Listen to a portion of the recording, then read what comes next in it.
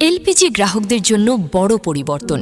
কেন্দ্র সরকার ২০২৬ সালে নতুন এলপিজি পিএনজি নীতি কার্যকর করেছে। এর ফলে যেসব পরিবারের এলাকায় পাইপড ন্যাচারাল গ্যাস পিএনজি পরিষেবা উপলব্ধ রয়েছে তাদের ধীরে ধীরে এলপিজি সিলিন্ডারের পরিবর্তে পিএনজি ব্যবহারে উৎসাহিত করা হচ্ছে। কী নতুন নিয়ম? কোনো গ্রাহক পিএনজি সংযোগ নেওয়ার পর ৩০ দিনের মধ্যে তার এলপিজি সংযোগ বাতিল অর্থাৎ টার্মিনেট করার আবেদন করতে হবে। বিকল্প হিসাবে গ্রাহক একটি ট্রান্সফার ভাউচার নিতে পারবেন, যা ভবিষ্যতে পিএনজি সুবিধাহীন এলাকায় গেলে এলপিজি সংযোগ পুনরায় চালু করতে সাহায্য করবে। সরকার one household one gas connection নীতি বাস্তবায়নের দিকে এগোচ্ছে, অর্থাৎ একই পরিবারে একসঙ্গে পিএনজি ও এলপিজি রাখার প্রবণতা কমানো হবে। কারা প্রভাবিত হবেন?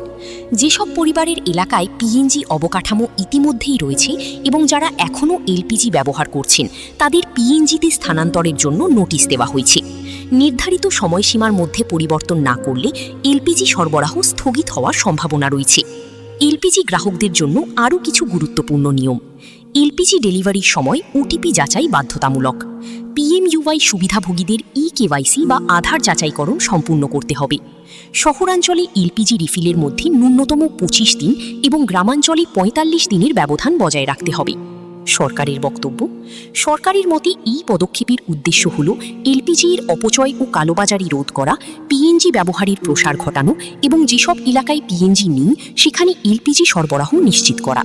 সংক্ষেপে, আপনার এলাকায় যদি পিএনজি পরিষেবা উপলব্ধ থাকে এবং আপনি পিএনজি সংযোগ গ্রহণ করেন তাহলে নতুন নিয়ম অনুযায়ী ৩০ দিনের মধ্যে এলপিজি সংযোগ বাতিল করতে হতে পারে অথবা ভবিষ্যতের জন্য ট্রান্সফার ভাউচার নিতে পারবেন। এই জাতীয় তথ্যের জন্য আমাদের সিটি ভয়েস পাঁচমিশালি চ্যানেলটিকে লাইক ও সাবস্ক্রাইব করতে ভুলবেন না।